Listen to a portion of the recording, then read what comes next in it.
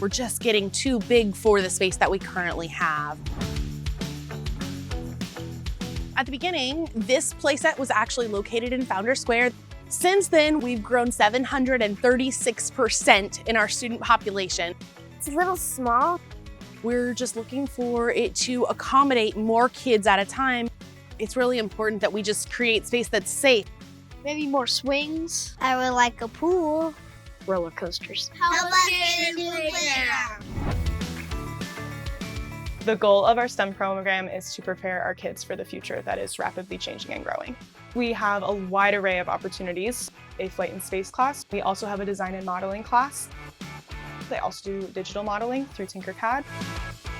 Automation and robotics is going to prepare them for that rapidly growing and changing automation field that's exploding in front of our eyes. So money would make a huge difference to get them those tangibles and those things in their hands that we know our kids need. I want to see us provide career pathways that will allow our students to walk out of here with jobs before they graduate. We have some good resources, but to be competitive, to make our kids competitive, we've got to be better. The more we have, the more we're able to do, the more experience we have before actually graduating and going to university.